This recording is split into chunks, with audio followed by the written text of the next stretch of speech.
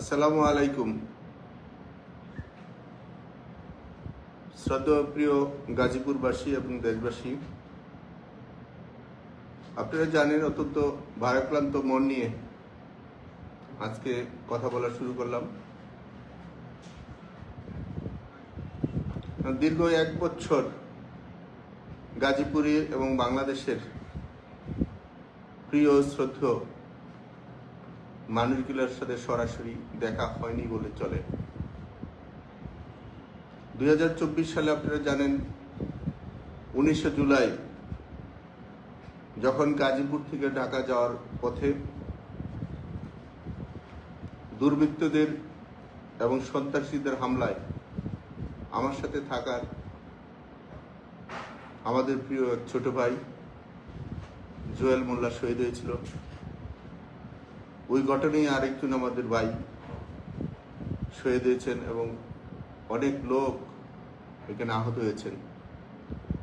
আমি নিজেও আমার মাথায় প্রথম পর্যায়ে একটা পাথরের ডিল লাগে, দ্বিতীয় পর্যায়ে আমার মাথায় একটা গুলি করা হয়।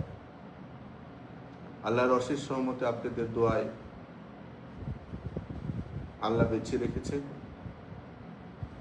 তত দুঃখের বিষয় যে ছাত্র রাজনীতি, যে ছাত্র আন্দোলন বা ছাত্রদের যে অধিকারটা ছিল, সেই ছাত্র অধিকারের পক্ষে আমি সরাসরি মত দিয়েছিলাম। ছাত্রদের লেখাপড়ার স্বার্থে পরবর্তীতে তারা চাকরি বা ব্যবসা বা তাদের কর্মসংস্থানের দায়িত্ব পালন করার জন্য রাষ্ট্র বা সরকারের পক্ষ থেকে যেগুলা সহযোগিতা করা দরকার প্রয়োজন, সেগুলো যেন সার্বিকভাবে সহযোগিতা করা হয়। আমি বিশেষ করে বাংলাদেশ ছাত্রলীগের সভাপতি এবং সাধারণ সম্পাদককে, 2 জন ছাত্র নেতাকে আমি সরাসরি বলেছি তারা যেন ছাত্রদের অধিকারের ব্যাপারে সার্বক্ষণিক সহযোগিতা করে এবং মাননীয় প্রধানমন্ত্রীর কাছ থেকে যেন সেই সহযোগিতাটা ছাত্রদের মধ্যে বাস্তবায়ন করে। আমি একজন ক্ষুদ্র কর্মী হিসেবে আমার যে দায়িত্বটা ছিল সেই দায়িত্বটা আমি পালন করার চেষ্টা করেছি।